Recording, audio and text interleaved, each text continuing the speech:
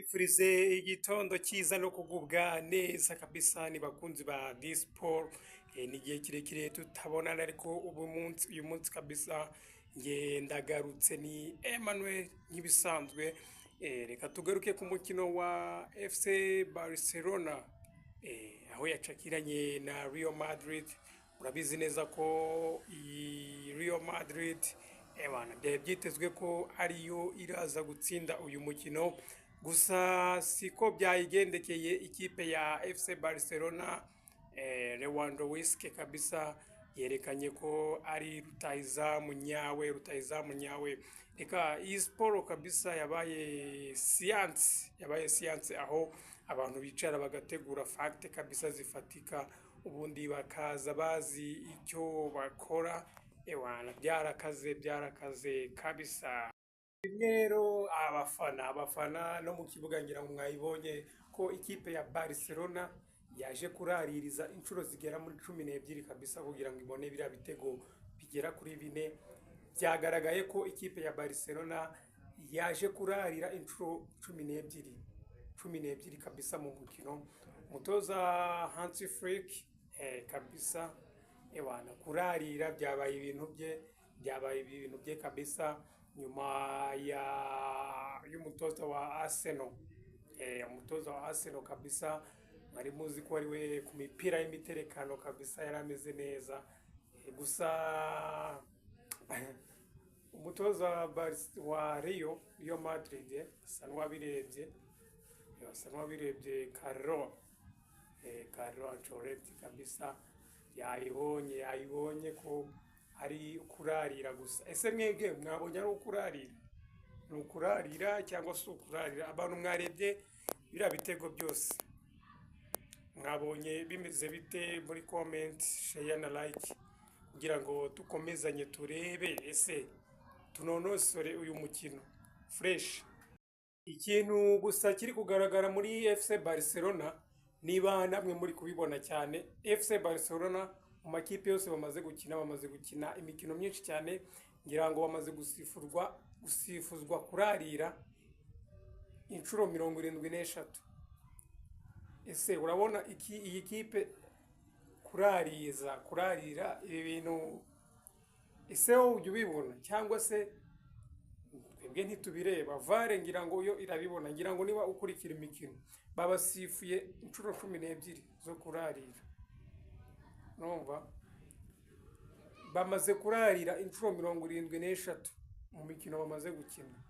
Ese urabona ibi bizavamo FC Barcelona rwose ibitego byose iri gutsinda bigaragaza ko iri kurarira? Ese wowe ubibona ute? Ngiwe ni analyse yanjye, nawe ufite uko wabyanaliza, ariko n'abandi bagiye bayibona cyane babona ko ari kurarira byagiye bigaragaramo. Gusa nyine ntago twabyumva kimwe twese. Intsinzi niyo ya mbere uko wararira kose, ariko ugacyura intsinzi iyo ni tekinike, nayo ni siyanse. Iyo ni siyanse nyine, siyanse mu mupira erega niyo igezweho ubu ni siyanse turi gukina, ntago ari umupira wundi woroshye wa kera wo gutera igipira ndaguteye. Ubu rero ni siyanse tekinike, ni tekinike zo mu kibuga. Noneho umupira uri gukinwamo muri uru rwego tugezemo ni umupira wateye imbere, ntago ari umupira ukiri hasi. Ubu ni ukwiga umuntu mu mutwe ubundi ukamutsinda. Ibyo kuvuga ngo warariye ngibiki, gipfa kibi wakoze ibishoboka kugira ngo utsinde umukino wawe, ubone amahirwe yo gukandagira ku izamu ry'undi maze utsinde igitego cyiza kabisa.